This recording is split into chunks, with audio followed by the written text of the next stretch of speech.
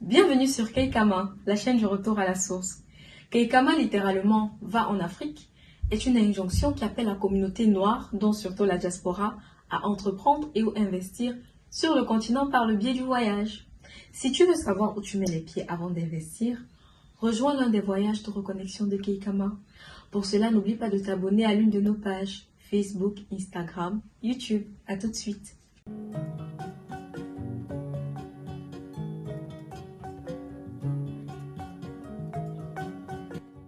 La culture, c'est la mémoire du peuple, la conscience collective de la continuité historique, le mode de penser et de vivre, nous dit Milan Kundera, montrant la place prépondérante que tient la culture dans la vie d'une nation. Quel sera donc le rôle de la culture dans le développement de cette nation? Compatibilité entre développement dit moderne et notre culture, pour ne pas dire nos valeurs. Nous entendons par culture la référence à des marqueurs déterminants comme la langue, la religion, la territorialité, etc. Selon l'UNESCO, la culture est considérée, dans son sens le plus large, comme l'ensemble des traits distinctifs, spirituels et matériels, intellectuels et affectifs, qui caractérisent une société ou un groupe social. Elle englobe, outre les arts et les lettres, les modes de vie, les droits fondamentaux de l'être humain, les systèmes de valeurs, les traditions et les croyances. Qu'est-ce que la culture pour vous? Ou comment se manifeste la culture dans votre quotidien? Nous sommes allés à la rencontre d'un artiste qui s'inspire de sa culture, d'une chroniqueuse qui en a fait son sujet principal, et la cofondatrice de Résulam, qui œuvre dans la pérennisation des langues maternelles.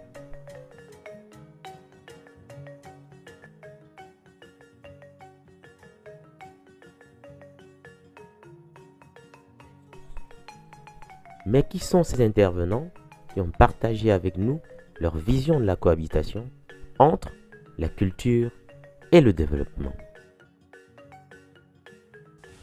Alors, culture dorée, donc oui, effectivement, j'ai choisi l'adjectif doré pour se rapprocher de la culture, parce que je trouve qu'il y a notre culture, en fait, elle a été un petit peu bafouée à cause de l'histoire. Et à chaque fois qu'on parle des Noirs, en tout cas pour la diaspora, c'est souvent avec un aspect négatif. On a peur de notre culture. Notre culture, elle est souvent associée à tout ce qui est néfaste, négatif, malédiction et compagnie. Et en fait, je voulais montrer un autre aspect de notre culture. Et c'est cet aspect, en fait, qu'on nous a caché pendant longtemps. Et je voulais justement redonner de l'or et de la valeur à notre culture. Et c'est pour ça que j'ai dit culture dorée. Moi, je suis africain, donc je suis du Sénégal et tout ça, donc j'ai toujours baigné dans une culture africaine, même si j'ai grandi en Europe. Et puis il y a un mélange, c'est un mélange un peu des deux. Je me suis aussi inspiré de la culture européenne, occidentale, mais c'est vrai que ma différence à moi en étant en Occident, c'est d'être africain. C'est ma spécificité ici. Donc, ça, naturellement, ça transparaît dans ce que je fais. Mbolo namasoma binyo mengchat mbele puma chalo machasina msele mose yazema mobondunkap. Ok, ce que je voulais dire c'est bonjour tout le monde, je suis très contente d'être parmi vous aujourd'hui. Je suis Mobondunkap. Voilà. Résulam, comme vous l'entendez, c'est résurrection des langues maternelles ancestrales. Voilà, donc c'est ce que signifie Résulam.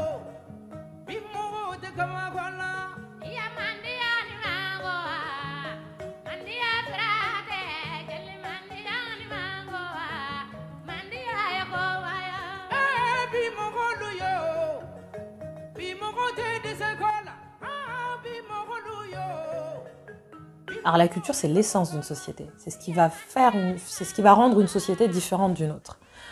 C'est de la particularité, c'est l'empreinte digitale, je dirais, d'une personne. C'est-à-dire que le français a sa culture, l'espagnol a sa culture, et c'est ce qui fait que justement on a ces disparités entre guillemets, mais en même temps c'est cette force et ce courage qu'une communauté va avoir afin de pouvoir défendre en fait son héritage entre guillemets. La culture c'est plein de choses, ça peut être la langue, ça peut être des rites, ça peut être je sais pas, des traditions. Un espagnol va avoir sa langue, va avoir sa manière de vivre, un français va avoir sa manière de vivre, va avoir sa langue. C'est exactement pareil dans les pays qu'il y a en Afrique ou dans le monde entier. Donc la culture, c'est très important dans une société. C'est ce qui va vous permettre justement de vous dissocier, mais c'est aussi la chose qui va vous permettre de vous affirmer au sein d'une autre communauté. Mais c'est aussi ce qui va vous permettre justement de fédérer une certaine communauté parce que ça va vous rapprocher d'autres personnes qui ont la même culture. Je dirais la langue maternelle, c'est comme un pilier pour la culture. Si tu ne comprends pas ta langue maternelle, si tu ne parles pas ta langue maternelle, eh bien, tu ne pourras pas accéder à tout ce qui est caché dans ta culture. Donc ça, c'est un peu ce que je pourrais dire à ce propos. Je vais prendre l'exemple, par exemple, du respect chez nous. Chez nous, par exemple, lorsqu'on voit un aîné, je prendrais un aîné qui s'appelle par exemple Happy ou bien Harmony, je vais le saluer avec respect en disant donc, c'est-à-dire que vous coupez la première syllabe du nom de la personne et vous ajoutez wo pour donner le respect. Alors que peut-être en Occident, tu vas voir un élève parler à son enseignant en l'appelant Émile ou bien Arlette ou bien je ne sais pas quoi. Donc, il y a déjà cet esprit-là de respect que les Africains ont dans leur culture. Si tu ne connais pas ta langue, justement, et tout ce qui va avec, je ne crois pas que tu auras cet esprit-là. Donc, c'est ça que on combat un peu dans Résulam. Et l'art, normalement, c'est le reflet de la culture. Les artistes africains, on voit la différence entre les artistes qui ont une culture africaine et les artistes qui ont une culture européenne ou, je ne sais pas d'autres, que ce soit polynésienne, etc. On voit, en fait, ça transparaît toujours dans le côté artistique. Donc, oui, je pense qu'il y a, c'est même pas je pense, il y a un art africain, c'est certain. Après, c'est vrai qu'en Afrique, rien n'est jamais que pour l'amusement. C'est toujours fait en lien avec quelque chose de profond. Et c'est sûr que, après, ici aussi en Occident, c'était comme ça avant. Et aujourd'hui, oui, il y a beaucoup de folklore, etc. Mais l'art africain, c'est vrai que c'était, oui, très lié au culte, etc. Donc toujours très profond. Jamais juste pour le divertissement, je pense. Le facteur principal du développement d'une nation est l'humain, avec l'identité culturelle qui définit sa personnalité et ses mœurs. Cette identité exerce une influence directe ou indirecte sur ses actions, et donc sur son comportement d'entrepreneur ou d'employé. Dès lors que les valeurs culturelles de l'individu entrent en conflit avec celles que prône la dynamique du développement, le système se grippe, la machine est mise à mal. Pour qu'il y ait un développement durable, il faudrait une adéquation entre les apports liés au développement, c'est-à-dire méthode de travail, type de projet, etc., et les attentes au niveau culturel. D'ailleurs, un proverbe africain dit ceci: un homme sans culture, c'est comme un zèbre sans rayures. Oui, un zèbre sans rayures. Car il est plus difficile pour un zèbre sans rayures d'échapper aux prédateurs. La rayure du zèbre jouerait un rôle dans leur interaction sociale. Elle favoriserait leur régulation thermique ou elle les protégerait des piqûres d'insectes. Pour se développer sainement, il faut malgré tout faire appel aux forces de sa culture.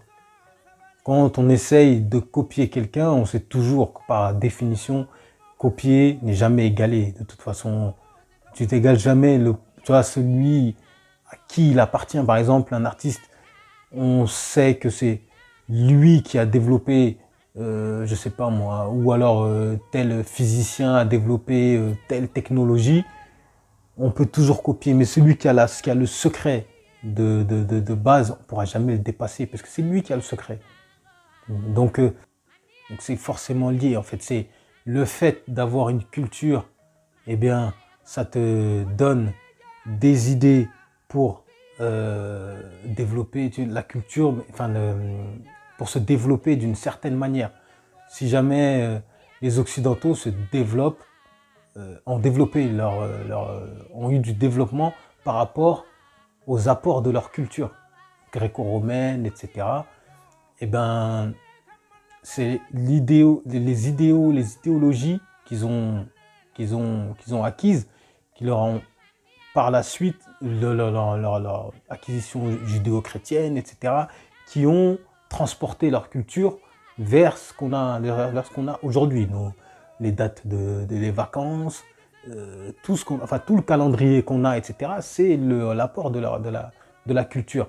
Donc, c'est évident que la culture accompagne le développement. La particularité de la culture africaine, c'est qu'elle est en constante évolution depuis les traumatismes qu'on a pu vivre avec la traite négrière. Et quand je parle de la traite négrière, je ne parle pas uniquement de la traite transatlantique avec les Européens, je parle de la traite arabo-musulmane qui a commencé avant, donc durant 13 siècles, et ce jusqu'à aujourd'hui encore. Et le problème, c'est à cause de l'aliénation mentale et du blanchiment de notre histoire. Aujourd'hui, on est en train de gratter et d'essayer de récupérer cet héritage culturel que l'on peut avoir. Alors, la particularité de l'Afrique, c'est qu'on a quand même cette essence à l'intérieur de notre culture qui fait que il y a des choses qui dominent, il y a des choses qui restent. Comme par exemple, parlons gastronomie, c'est ce que j'aime bien dire, c'est l'utilisation de la banane en légumes. Que vous soyez en Afrique avec le haloko, le makemba, ou que vous soyez dans la Caraïbe avec les bananes pesées, voilà, on arrive toujours à retrouver la banane en fait, qui fait vraiment partie de notre culture intégrante, malgré les disparités. Il y a des choses qui restent. Alors, je pense que c'est important de déjà revoir toutes les notions parce que le problème, c'est que moi, par exemple, je suis issue de la diaspora et le prisme de réflexion qu'on a en général, c'est très occidental. Et par exemple, le développement, qu'est-ce que ça veut dire finalement? Moi, le développement, du coup, inconsciemment, je vais le voir du point de vue occidental. Mais finalement, il y a tellement de choses qu'on invente aujourd'hui parce qu'entre guillemets, on modernise, et encore, c'est un point de vue occidental, mais qui existait depuis longtemps en Afrique. On est de plus en plus, même si on parle de développement en Occident, on est de plus en plus intéressé par le naturel, que ce soit dans les produits de la cosmétique, que ce soit dans les matériaux qu'on utilise pour le mobilier et compagnie, on est de plus en plus intéressé par le naturel, et ça, c'est des choses qu'on faisait déjà en Afrique. Donc finalement, la notion de développement, elle est à revoir. Après, si on parle de modernisation, entre guillemets, et encore modernisation aussi, ça veut dire quoi? Ça veut dire qu'en Afrique, ce qu'ils font est old school, est ancien, n'est pas moderne, alors que à chaque fois, on a ce renouvellement. En fait, je pense qu'il n'y a rien de nouveau sous le soleil. Donc tout est moderne.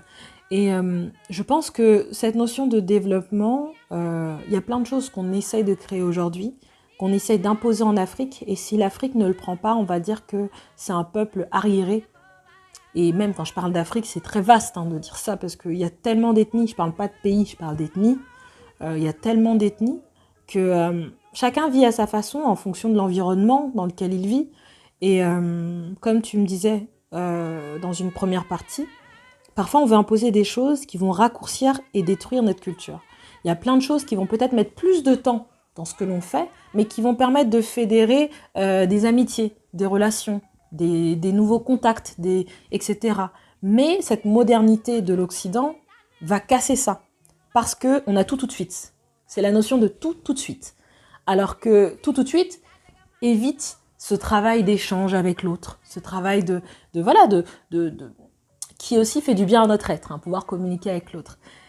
Et le problème, c'est que quand on impose ça en Afrique, on coupe cette transmission de la culture. Et finalement, on laisse les gens dans leur coin.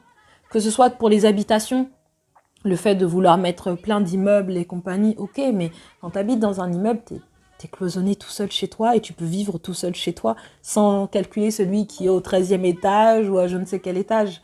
Alors que quand tu habites dans par exemple un village ou autre, on a cette obligation de voir l'autre, de rire avec l'autre, de fédérer un groupe. Donc le développement de l'Occident, il faut le voir avec un autre prisme quand on souhaite l'imposer en Afrique. Est-ce que l'Afrique a besoin de ça? C'est ça la question. Est-ce que l'environnement africain est fait de telle manière à ce qu'on ait besoin justement de le développer exactement de la même manière que l'Occident? Parce qu'aujourd'hui, l'Occident souffre de son développement avec la pollution, toutes ces nouvelles maladies qui arrivent et qui finalement ne touchent pas l'Afrique. Enfin, on trouvera des prétextes pour dire que les Africains aussi sont malades, hein. Mais on sait très bien que, voilà. Donc même l'alimentation, on mange beaucoup mieux chez nous. Mais on fait tout pour nous faire croire que non, il faut changer votre alimentation et compagnie. Les médicaments, on a cette nature qui nous permet de guérir par nous-mêmes. Et je trouve ça dommage justement qu'on souhaite imposer ce développement au profit de notre culture, alors que notre culture finalement est le développement africain. Voilà. Par exemple, si nous prenons le cas des nouvelles technologies, vous allez voir des gens qui se rencontrent quelque part, chacun est sur son téléphone, l'un est sur son iPad, l'autre est sur, je sais pas, son téléphone Android. Et finalement, ce pourquoi on se rencontre n'a même plus de valeur parce que il serait bien que quand on se rencontre, qu'on puisse parler, se regarder les yeux dans les yeux. Quand il n'y a pas déjà cette chaleur-là, je pense que c'est déjà un gros frein avec la technologie que nous avons aujourd'hui, bien qu'elle soit aussi importante en son sens, mais il y a beaucoup de choses qu'il faudrait encore vraiment améliorer dans ce sens-là. Pour ce qui est de la langue maternelle, je pense déjà que quand tu parles déjà ta langue avec quelqu'un, l'interlocuteur ne va que te répondre dans ta langue maternelle et ça fait déjà une connexion. Donc, c'est un peu comme ça que moi je dirais qu'il faut faire. Déjà le parler, c'est déjà quelque chose de fort. La pollution, par exemple, est depuis quelques décennies l'un des sujets les plus abordés par les politiciens, les économistes, les industriels, les activistes, autant dire par tous. L'on assiste à des innovations destinées à mieux protéger l'environnement, mais dont la preuve de l'efficacité réelle reste attendue. À l'exemple des voitures électriques ou des bâtiments à émissions positives. Les émissions globales de gaz à effet de serre n'arrêtent pas de croître. Il y a là de quoi déduire que le développement qu'on observe aujourd'hui dans les pays du Nord est en partie un échec. Ceci pourrait expliquer pourquoi de nombreux habitants de ces pays cherchent à revenir aux pratiques traditionnelles. Ne serait-il pas temps pour l'Afrique de s'inspirer de sa culture pour donner des axes solidaires à son développement? L'Afrique doit prendre dans le développement tel qu'il est conçu actuellement le juste nécessaire et coupler à cela le savoir-faire propre à nos cultures et nos valeurs.